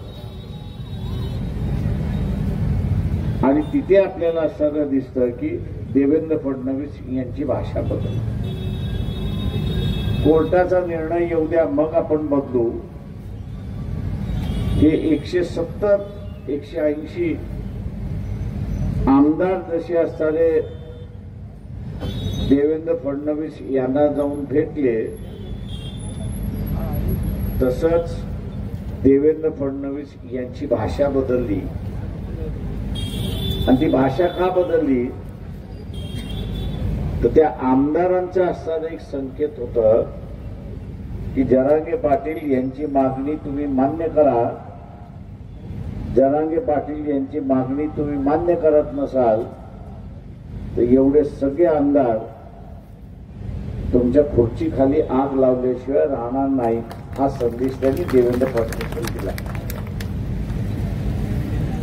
आणि देवेंद्र फडणवीसनी काय केला तर 2 सप्टेंबरचा GR काढला आणि 2 सप्टेंबरचा GR काढून मराठवाड्यातल्या कुणबी मराठा कुणबी हे कुणबीच आहेत अशा रीतीचा GR काढून त्यांनी असताना ओबीसीमध्ये,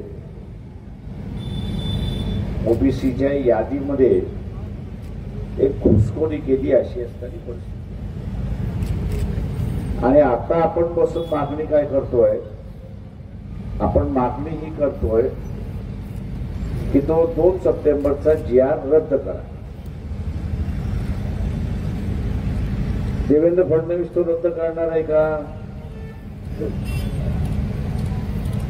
देवेंद्र फडणवीस रद्द करणार असेल तर त्याच्या समोर ते 190 आमदार जरांगे पाटील यांना भेटायला घेतले ते आहे. तेव्हा ही ओबीसीने एक लक्षात घेतली पाहिजे की ही राजकीय लढाई सुरुवात झाली. ही राजकीय लढाई सुरुवात झाली. 180 मराठा समाजातून जे आमदार होते त्यांनी असताना देवेंद्र फडणवीस यांना असताना सांगितलं की जरांगेची तुम्ही मागणी मान्य करणार नसाल तर तुम्ही मुख्यमंत्री राहणार नाही. आपलं मुख्यमंत्री पद जाऊ दे म्हणून देवेंद्र फडणवीसने असताना GR काढला अशी असणारी परिस्थिती आहे. ओबीसीला वाटतं का की हा GR रद्द झाला पाहिजे? मी आपल्याला विचारतो, ओबीसीला असं वाटतं का की हा GR रद्द झाला पाहिजे? मग तुम्ही काय केलं पाहिजे?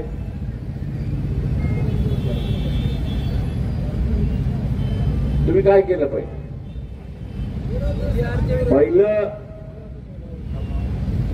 भारतीय जनता पक्षाच्या कुठल्याही उमेदवाराला मतदान देता कामा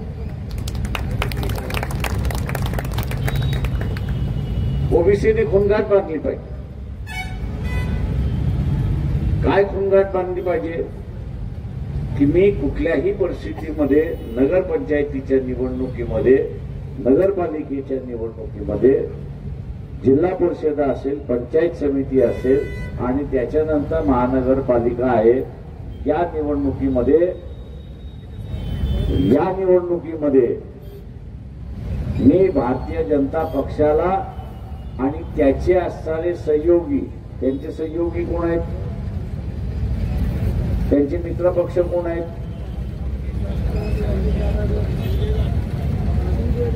राष्ट्रवादी काँग्रेस आणि एकनाथ शिंदे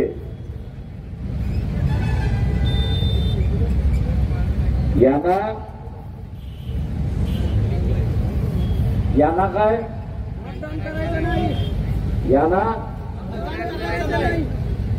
यांना सुद्धा मी मतदान करणार नाही. यांना सुद्धा मतदान करणार नाही. तेव्हा एक जबाबदारी सगळ्यात मोठी ओबीसीची आहे हे लक्षात घ्या. आणि ती म्हणजे या निवडणुकीमध्ये मोठ्या प्रमाणात ओबीसीने आपली उमेदवारी जाहीर केली पाहिजे. मोठ्या प्रमाणात त्यांनी असताना उमेदवारी आपली जाहीर केली पाहिजे. प्रत्येक मतदारसंघामध्ये एक ओबीसी उमेदवार तरी असला पाहिजे. एक ओबीसी असला पाहिजे. काही मतदारसंघ इथले असणारे एससी साठी राखीव आहेत, काही मतदारसंघ यासाठी ट्रायबल साठी राखीव आहेत. हा एससी आणि एसटी हा प्रो आरक्षणवादी आहे हे लक्षात घ्या. आरक्षणाच्या बाजूने आहे आणि हा आरक्षणाच्या बाजूने असल्यामुळे तो आपला असणारा नैसर्गिक मित्र आहे हे आपण लक्षात घ्या. आणि म्हणून या मंचकावरनं जे सांगण्यात आलं, नवनाथ वाघमारेने सांगण्यात आलं, काय सांगण्यात आलं की आपलं मत कोणाला द्यायचं, आपलं मत कोणाला द्यायचं, आपलं मत आरक्षणवाद्याला, आपलं मत ओबीसीला, आपलं मत एससीला, आपलं मत एसटीला, आणि हे नाही मिळाले तर आपलं मत कोणाला, जोरात बोला, जोरात बोला, डोक्यात राहील की दंगल होय जाय म्हटलं. भारतीय जनता पक्ष लागली आहे दंगल करायला, फोडाफोडी करायला सुरुवात झालेली आहे. आता एक नवीन खेळ सुरुवात होईल. बिहारचं इलेक्शन संपलं रे संपलं की आपल्याला पाकिस्तान बरोबर युद्ध करायचं आहे.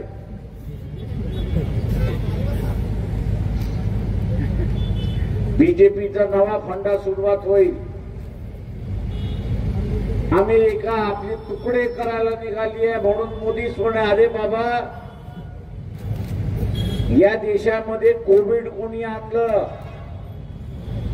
नरेंद्र मोदी तुझा मित्र डोनाल्ड ट्रम्प तो घेऊन आला ना.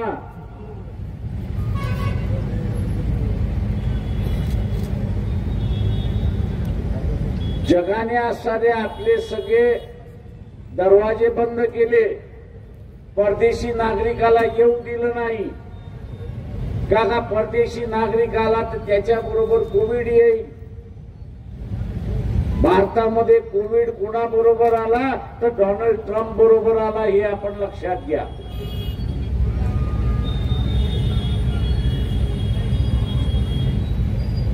इथले सगळे शास्त्रज्ञ म्हणत होते मोदी हा कार्यक्रम कॅन्सल कर अहमदाबादचा.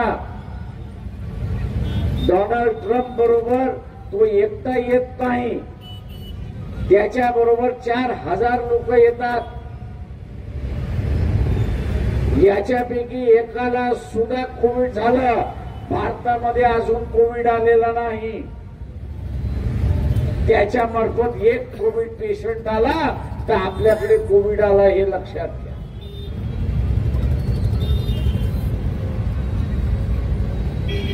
पण माय फ्रेंड डोनाल्ड ट्रम्प असं कोण करत? नरेंद्र मोदी. नक्की तू एकटाच बोलतोय, दुसरे जण घाबरलेले दिसतात आहे. मोदी बाळासाहेबांचा कार्यकर्ता आहे मी. कोविड जर कोणी आणला तर मोदीने या देशामध्ये आणला हे लक्षात घ्या. तेव्हा या देशामध्ये कोविडने जे मेलं, जी दगावली, त्याला जबाबदार कोण? नरेंद्र मोदी. याला जबाबदार कोण? नरेंद्र मोदी. याला जबाबदार कोण? नरेंद्र मोदी. हे डोक्यात घेऊन बसायचं. मित्रो,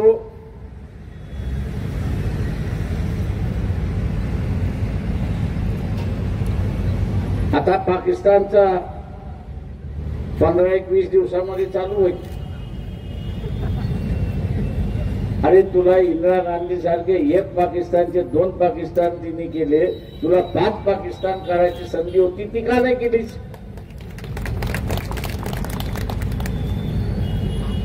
आयुष्यामध्ये लक्षात घ्या, गाठ्या आणि फाफडा हा कधी लढत नाही. गाठ्या आणि फाफडा हा कधी लढताना बघितलाय का?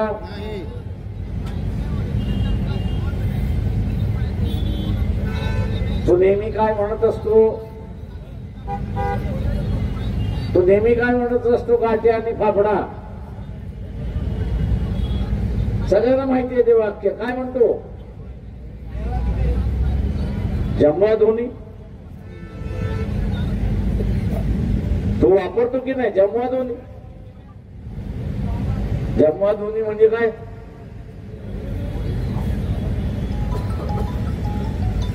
जमवा दोन्ही म्हणजे काय?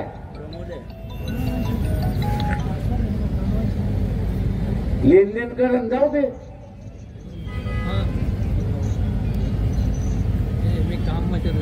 जेव्हा हे जे लेनदेन करणारे जे आहेत ते या देशाला धोका आहे ते आपण लक्षात घ्या.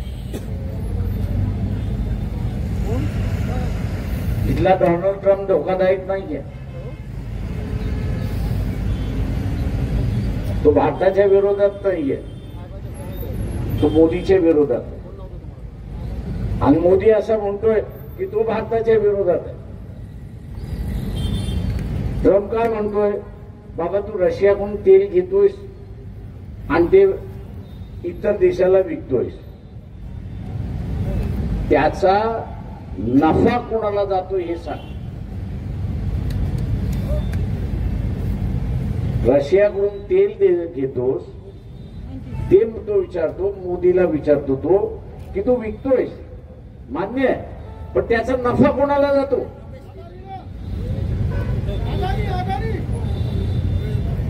चुकलास.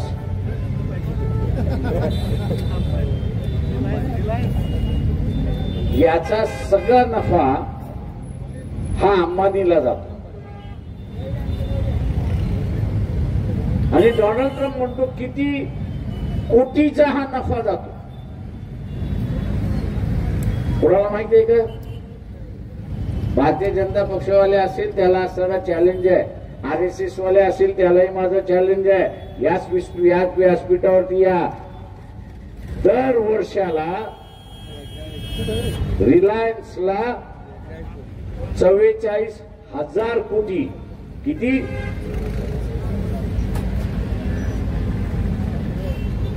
44,000 कोटीचा नफा होतो. आणि तो डोनाल्ड ट्रम्प असं म्हणतोय अरे हा नफा तू रिलायन्सला देण्यापेक्षा भारताच्या तिजोरीमध्ये टाकलास, भारताच्या तिजोरीमध्ये तू असं टाकलंस तर पेट्रोल डिझेल हे भारतीय नागरिकांना तू स्वस्त देऊ शकतोस की नाही हे सांग. आता तो ट्रम्प काय चुकीचं म्हणतोय का? तो ट्रम्प चुकीचं म्हणतोय का? मग तो म्हणतो तू खाजगी माणसाला देतोयस ना, मग मी त्या खाजगी माणसावरती 150 रुपयाचा 150% टॅक्स लावतो ना. जे अमेरिकेबरोबर व्यापार करायला मागतात आहेत, जे अमेरिकेबरोबर व्यापार करायला मागतात आहेत, त्यांच्यावरती आम्ही असं 150% टॅक्स लावतो ना. आणि मोदी काय म्हणतोय की हा टॅक्स देशावरती लागला. आणि देशावरती कसा काय टॅक्स लागला मोदीजी, हे पहिल्यांदा सांग. व्यापारावरचा टॅक्स मोदी म्हणतोय देशाला टॅक्स लागला. आणि इथले सगळे वर्तमानपत्र बोंबलत बसलेत की देशावरती अन्याय झाला अशी असताना करतो. जो नफा सामान्य माणसाला गेला पाहिजे, ज्या नफ्यातून सामान्य माणसाला मदत झाली पाहिजे, ती सामान्य माणसाला मदत होत नाही. तर ती असताना फक्त काही व्यापाऱ्यांना होत असेल तर ते म्हणते आम्ही कशाला नुकसान सहन करायचं, आम्ही कशाला असताना नुकसान सहन करायचं. आता मला सांगा की असा पंतप्रधान तुम्हाला पाहिजे का? आणि म्हणून आता तुमची सगळ्यांची जबाबदारी आहे. जे इथे उपस्थित आहेत त्या सगळ्यांची असणारी जबाबदारी आहे की ज्या वस्तीमध्ये राहतो त्या वस्तीत, ज्या गावामध्ये राहतो त्या गावामध्ये, आज जसं आपण या ठिकाणी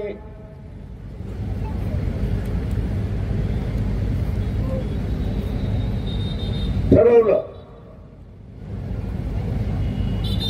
की माझं मत भारतीय जनता पक्षाला नाही, माझं मत भारतीय जनता पक्षाला नाही, हेच आपण आपल्या वस्तीमध्ये आणि आपल्या गावामध्ये काय करायचं, काय करायचं, काय करायचं, काय करायचं, सांगायचं नाही.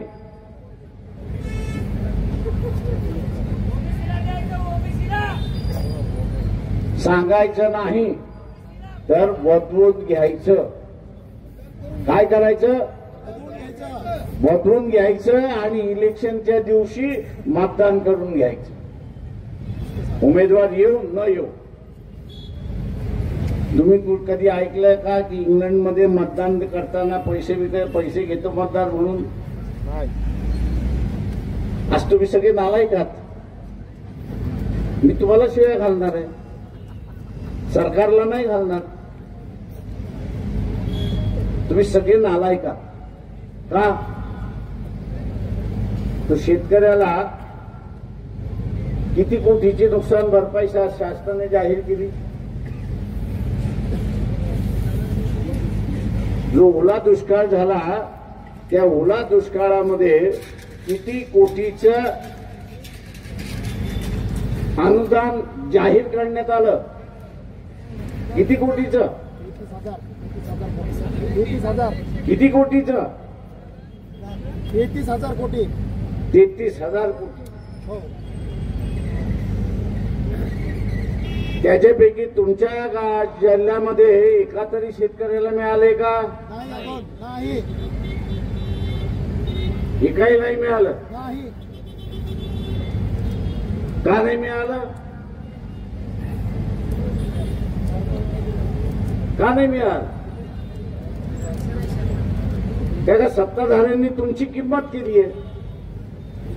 काय किंमत केली आहे? की 500 रुपये महात्मा गांधीचे, एक नारंगी मोसंबीची बाटली आणि 1 किलो मटण न्यान मोकळा करा. ही तुमची केलेली त्यांनी किंमत. मला वाईट वाटत असेल, हा काय शिळा घालतोय? मत मागायला आलोय ना आम्हाला शिळा घालतोय?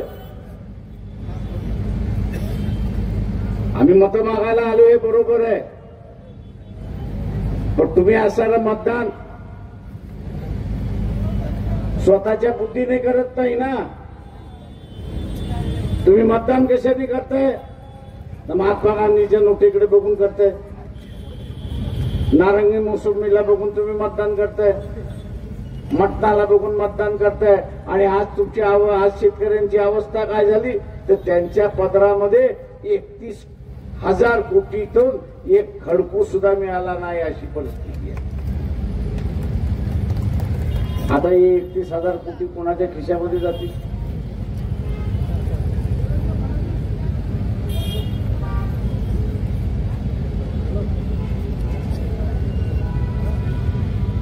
नेपाळमध्ये काय घडलं? नेपाळमध्ये काय घडलं? नेपाळमध्ये काय घडलं?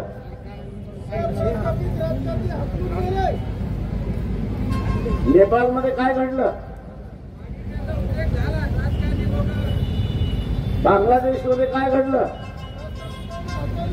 आणि मग नालायकांना तुम्हाला महाराष्ट्रात नाही करता येत का? हा, आम्ही तर घालतोय शिव्या.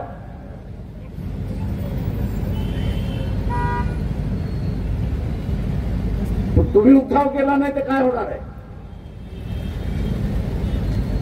मला एक जण आला की साहेब ते उठाव केला तर पोलीस पकडून जाईल.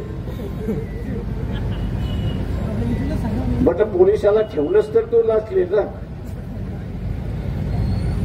म्हटलं तू ऐकलंस का की नेपाळमध्ये उठाव झाला, त्या पोरांवरती केसेस झाल्या, हे तू ऐकलंस का? तो म्हटलं नाही. बांगलादेशमध्ये उठाव झाला, तिथल्या पोरांवरती केसेस झाल्या, हे तू ऐकलंस का? तो नाही. म्हटलं का केसेस झाल्या नाही? का जनता ही देशाची मालक आहे. हा देश जनतेचा आहे. जेव्हा मालकाने उठाव केला तर मालकावरती काय होणार आहे का? फक्त तुमच्या मनातली भीती आहे ना ती घालवा. माझ्या जातीचा माणूस आहे ती भीती घालवा. या देशामधली परिस्थिती 2 मिनिटात सुधारते हे लक्षात घ्या. काही वेळ लागत नाही, काही वेळ लागत नाही. मला पोलीसवाले म्हणतात तुम्ही चिथवणी देताय. म्हटलं पकडा. ज्ञान जिथं कुठं ठेवायचे तिथं ठेवा. म्हटलं महिनाभर मला आराम तर मिळेल. कार्यकर्ते इकडनं तिकडनं फिरवणार तर नाही.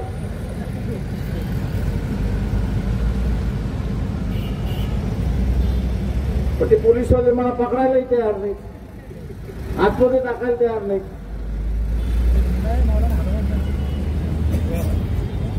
आणि म्हणून हे 31,000 कोटी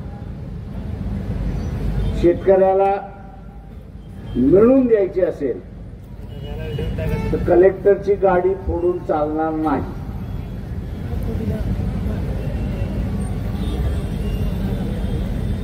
पोलिसाची गाडी फोडून सुद्धा चालणार नाही. का ते हुकमीचे ताबेदार आहे. हुकूम झाला की करतील, हुकूम नाही झाला तर काय करतील? आता हुकूम कोण देतात?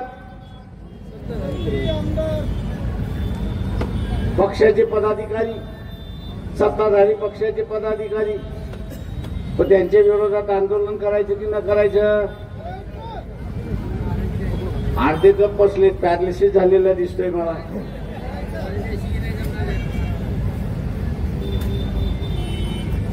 ओबीसीनो एक लक्षात घ्या, तिथे धर्म बुडणार नाही. तुमच्या घरातला देवारा जोपर्यंत तुम्ही फेकत नाही, तुमच्या घरातला देवारा जोपर्यंत तुम्ही फेकत नाही तोपर्यंत धर्म बुडत नाही. आणि देवारा जर तुम्ही काढणार नसाल, देवाला जर तुम्ही काढणार नसाल तर तुम्हाला भारतीय जनता पक्षाला विचारलं पाहिजे, अरे बाबा धर्म संकटातून कुठे आला मला सांग. धर्म संकटात आला नाहीये तो ओबीसी इथे संकटात आला हे लक्षात घ्या. धर्म हा संकटात आला नाहीये, ओबीसी हा संकटामध्ये आलेला आहे. आणि म्हणून ओबीसीने आता जागृती होत आणि जागृती करत मी सत्ताधारी होणार. मी काय होणार हे सुद्धा त्या बैठकीतून वधवून घ्यायचं की मी सत्ताधारी होणार. आपण हे जर केलं तर आरक्षण वाचू शकाल. हे जर आपण केलं नाही तर आम्ही किती मोर्चे काढू, आम्ही कितीही भाषण करू, त्यातून वाचणार नाही हे लक्षात घ्या. आपल्यामध्ये बरीच वकील मंडळी आहे. प्रकाशराव अगोदर निर्णय झाला मग कोर्ट कसं म्हणतंय. मी त्याला म्हटलं मान्य आहे ना मला की आज औरंगाबाद कोर्टामध्ये माजी न्यायाधीश मार्लापाले यांनी असा निर्णय दिला की सगळ्या कुणबी मराठा कुणबी यांना कुणबी म्हणून संबोधता येणार नाही. हा निर्णय दिला. सुप्रीम कोर्टाने त्याच्यावरती शिक्कामोर्तब केला. हेही बरोबर आहे. एकदा प्रश्न निकालात निघाला की तो पुन्हा उखडून काढता येत नाही कोर्टामध्ये. तो पुन्हा कोर्टामध्ये उखडून काढता येत नाही.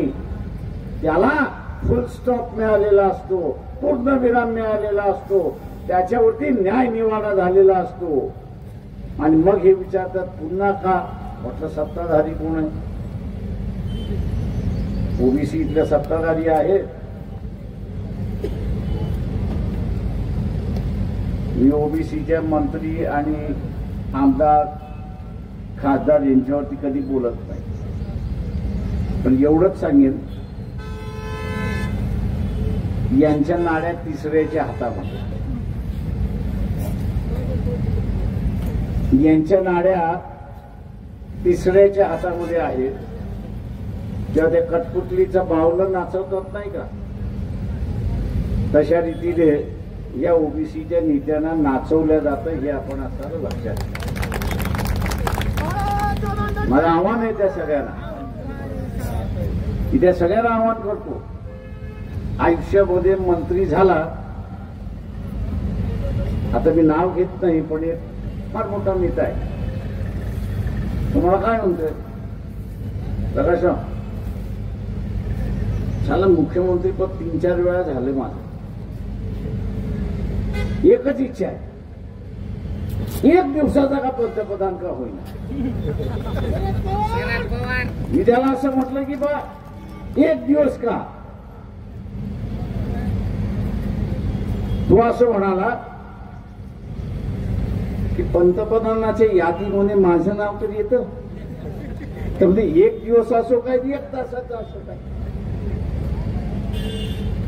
तसे ह्या ओबीसीच्या मंत्र्यांना माझं सांगणं आहे, अरे तुमचं नाव मंत्री म्हणून येऊन गेला, आता असता ते मोह सोडा आणि लोकांच्या कष्टाला लढण्यासाठी बाहेर पडा.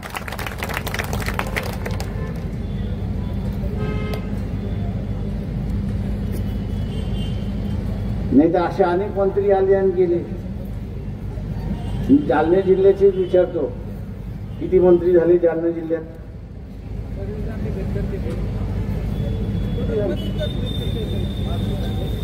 ओबीसीचे नाही, इन जनरल किती झाले.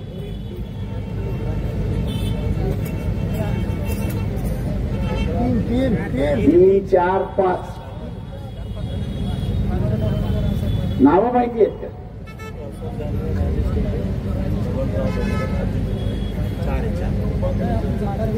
मोजक्याच लोकांना ती नावं माहिती आहेत, उरलेल्यांची नावंही माहिती. म्हणून या असणाऱ्या ओबीसी जे मंत्री आहेत त्यांना असणारा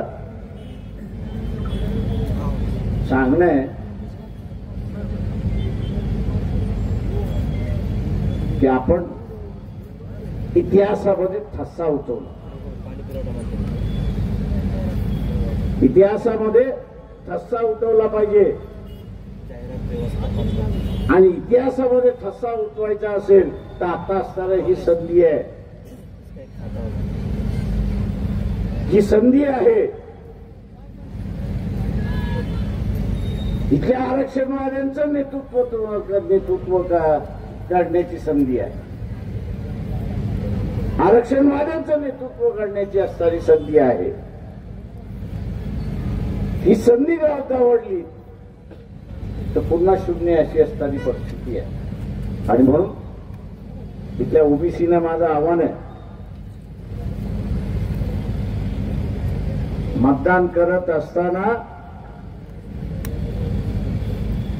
ओबीसीच्या विरोधामध्ये, आरक्षणाच्या विरोधामध्ये जो समूह आहे त्याला आपण मतदान करणार नाही, जेवढी दक्षता घ्या हे आव्हान मी आपल्या सगळ्यांना करतो आणि आपली असं रजा घेतो. जय भीम, जय ओबीसी.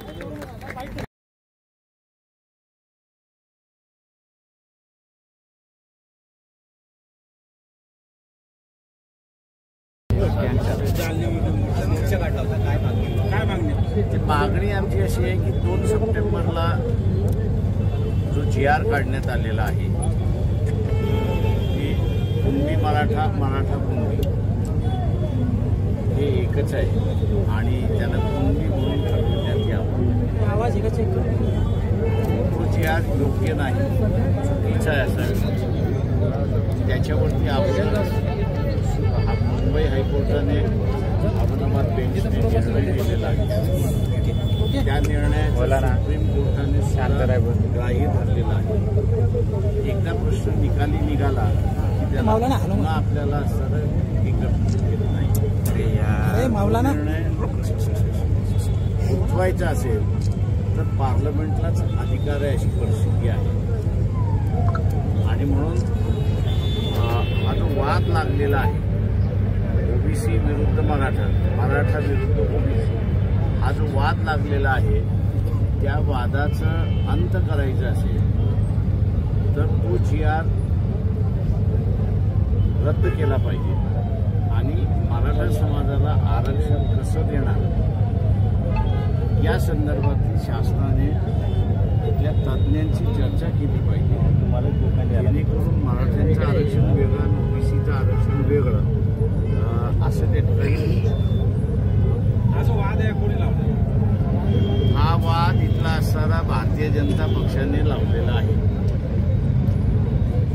ओबीसीचा जो आवाज दाबण्याचा प्रयत्न चालू आहे, GR एकीकडे काढतात, इकडे शासन GR काढतात, इकडे ओबीसीचा आवाज दाबण्याचा प्रयत्न पूर्णपणे आता ओबीसीने एक लक्षात घेतलं पाहिजे की त्यांचा सगळ्यात मोठा विरोधक ओबीसीचा राजकीय हा भारतीय जनता पक्ष आहे आणि त्यांनी भारतीय जनता पक्षाला कुठल्याही परिस्थितीत मतदान देऊन आपला राग व्यक्त करावा असं आवाहन आम्ही त्या ठिकाणी करतो. आत्ताच तुम्ही स्थानिक स्वराज्य संस्था ओबीसी तिसरी आघाडी निर्माण करणार या मी पाहतोय स्थानिक स्वराज्य निवडणूक इलेक्शनमध्ये उलट्या सुलट्या आघाड्या चाललेल्या हे कोकणामध्ये कुणीही सेना जी एकमेकाला पाण्यात पाहतात ती सुद्धा एकत्र. काही ठिकाणी अजित पवार आणि एकनाथ शिंदे हे सुद्धा काही स्थानिक ठिकाणी एकत्र आलेले. त्यामुळे असताना इथे आघाड्या या ज्या आहेत या नगरपालिकेच्या लेवलवर साहेब येणाऱ्या स्थानिक तिसरा पर्याय म्हणून तुमच्या आघाडीकडे पाहिला जाईल. आघाडी होणारच नाहीये माझं म्हणणं असं इथे की बा आम्ही सुद्धा आम्ही गेले 4 महिन्यापासून असणारी ती भूमिका घेतली की जिल्हा स्तरावरती निर्णय आम्ही सोडला. आता आम्हाला पुन्हा तो त्या निर्णयामध्ये बदल करावा लागला आणि तालुका स्तरावरती निर्णय पण आताच घेण्याचा अधिकार देण्याची वेळ आली. आताच नवनाथ वाघमारे जे म्हटले होते भाषणामध्ये की ओपनच्या जागेवर सुद्धा आता ओबीसी उमेदवार देणार. हो, ते दिलीच पाहिजे. त्याच्याशिवाय त्याच्याशिवाय जे आहे त्यांना असणारा काही वाव राहिलेला नाही. आता सत्ता कॅप्चर केल्याशिवाय तो 2 सप्टेंबरचा GR रद्द होईल असं मला वाटतं. मूळ ओबीसींना संधी द्या असं म्हणताय शरद पवार. स्थानिक निवडणुका मी गेली 40 वर्ष शरद पवारांचं राजकारण आणि गेल्या 40 वर्षामध्ये शरद पवारांनी म्हटलं तर मी त्याचा अर्थ काढत असतो झेड. त्यात त्यांनी असं म्हटलंय की मूळ ओबीसीना उमेदवारी द्यावी. याचा अर्थ मी असा काढतोय की एकही मूळ ओबीसीला उमेदवारी शरद पवार देणार. जरांगेंचं आंदोलन कार्य संपलंय का? म्हणजे तुम्ही म्हणला होता की प्रस्थापितांसाठी त्यांचं आंदोलन सुरू आहे. किती दिवस राहील? आत्ताच्या ह्याच्यामध्ये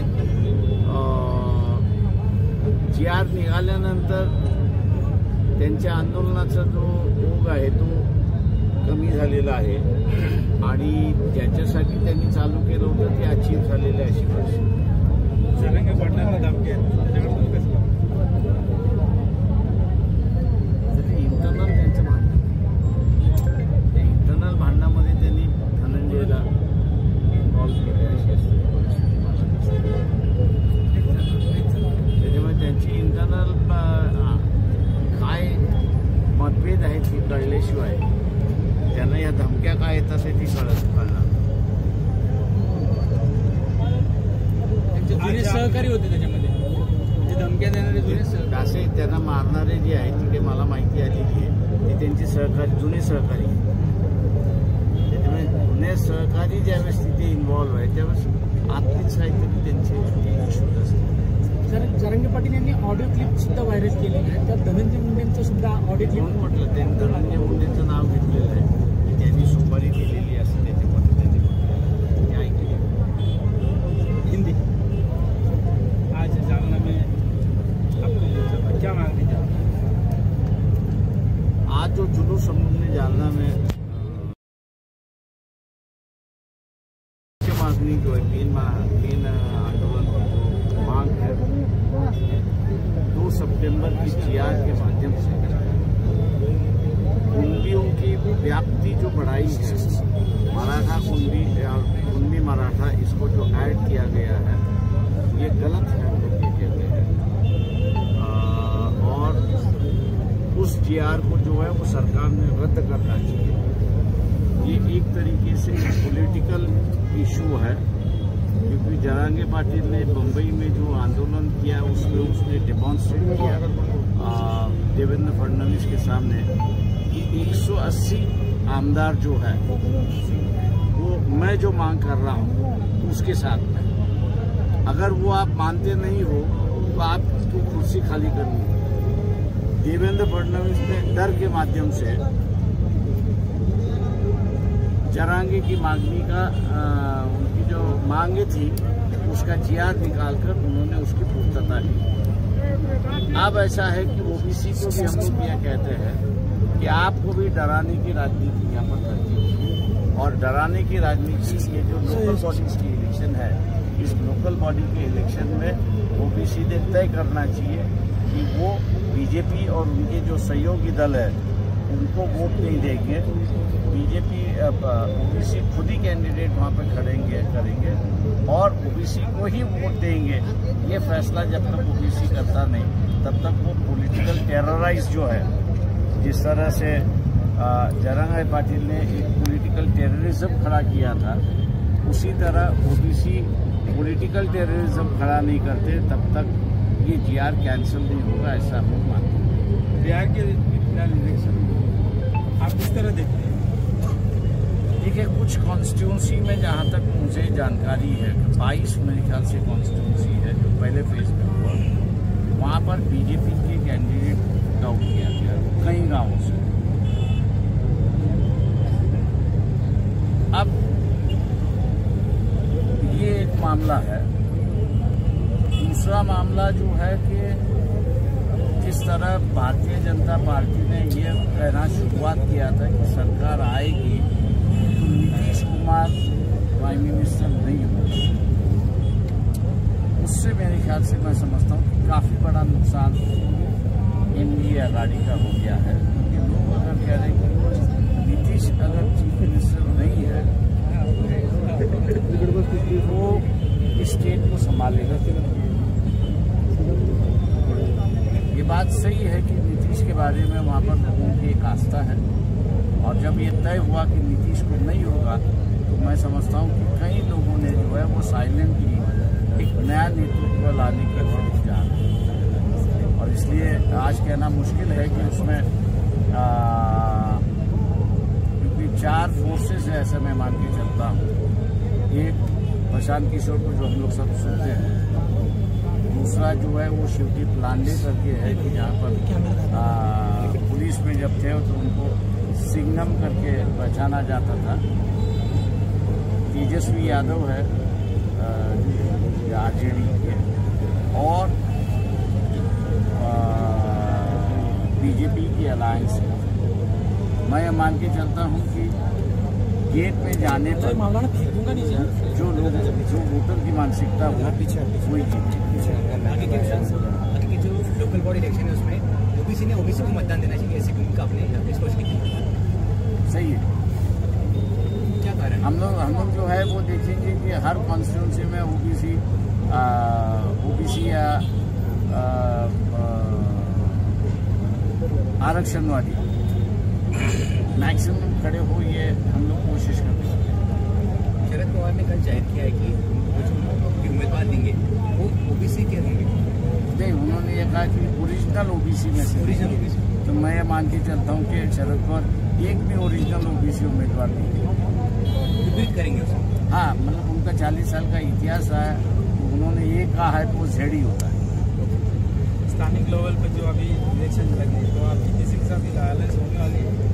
मैंने वही कहा ना कि इलेक्शन अभी जो फिलहाल नगरपालिका के चुनाव चल रहे हैं ये तहसील लेवल पे समझौते होते जा रहे हैं, तो इसलिए एक किसी के साथ समझौता नहीं है। Okay thank you sir. Okay thank you sir. एक कट करूँगा।